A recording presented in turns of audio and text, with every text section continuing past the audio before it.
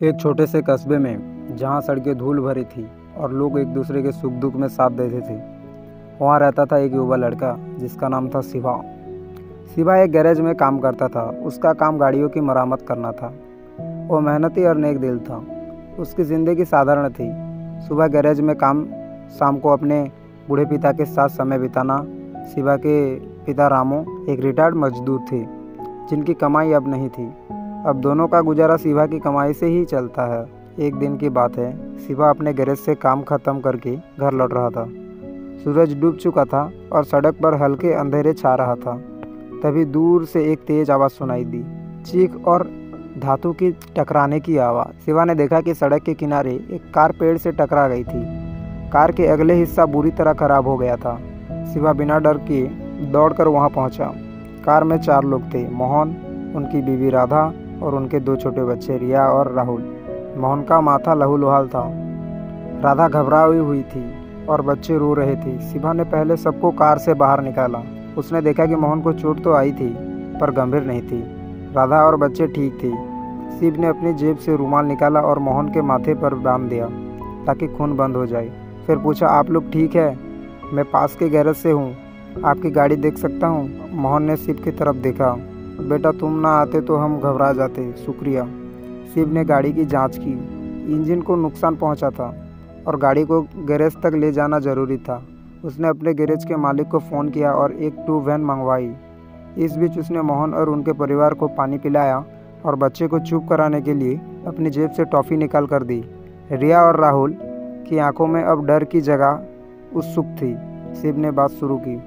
मोहन ने बताया कि वो शहर में रहते हैं और अपने गांव जा रहे थे।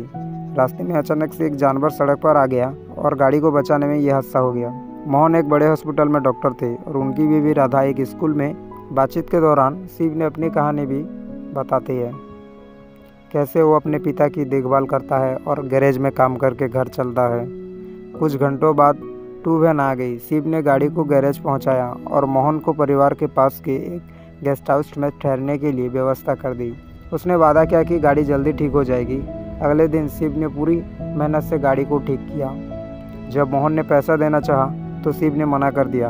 अंकल, आप लोग इस हादसे से परेशान हो, मेरी तरफ से ये सेवा है, बस आप लोग सुरक्षित घर पहुंच जाए। शिव ने मुस्कुराते हुए कहा।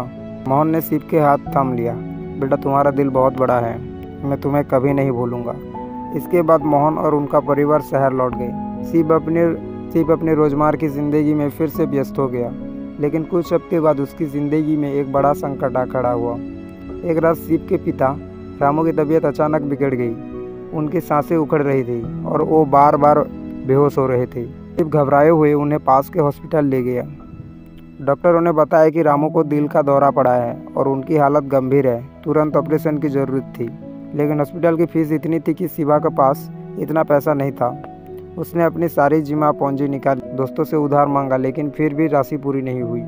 शिव हॉस्पिटल के गैलरी में गया, उदास बैठा था। जब उसकी नज़र एक पहचान चेहरे पर पड़ी, वो मोहन था, जो उस हॉस्पिटल में सीनियर डॉक्टर के तौर पर काम करता था। मोहन ने शिव को देखते ही पहचाना। शिव, तुम यहाँ क्या कर रहे हो? मोहन ने पूछा। शिव ने रोते हुए अपनी सारी कहानी सुना दी। उसने बताया कि उसके पिता की जान खतरे में है, लेकिन उसके पास ऑपरेशन के पैसे नहीं है।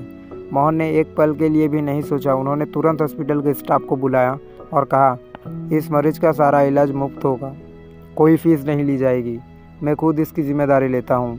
शिव की आंखों में आंसू थे। वो बार बार मोहन का शुक्रिया अदा करता रहा। मोहन ने उसका कंधा थापा और कहा, बेटा, ये तो कर्मों का फल है। तुमने उस दिन बिना किसी स्वार्थ के मेरे परिवार की मदद की थी। आज मैं तुम्हारी मदद कर रहा हूँ।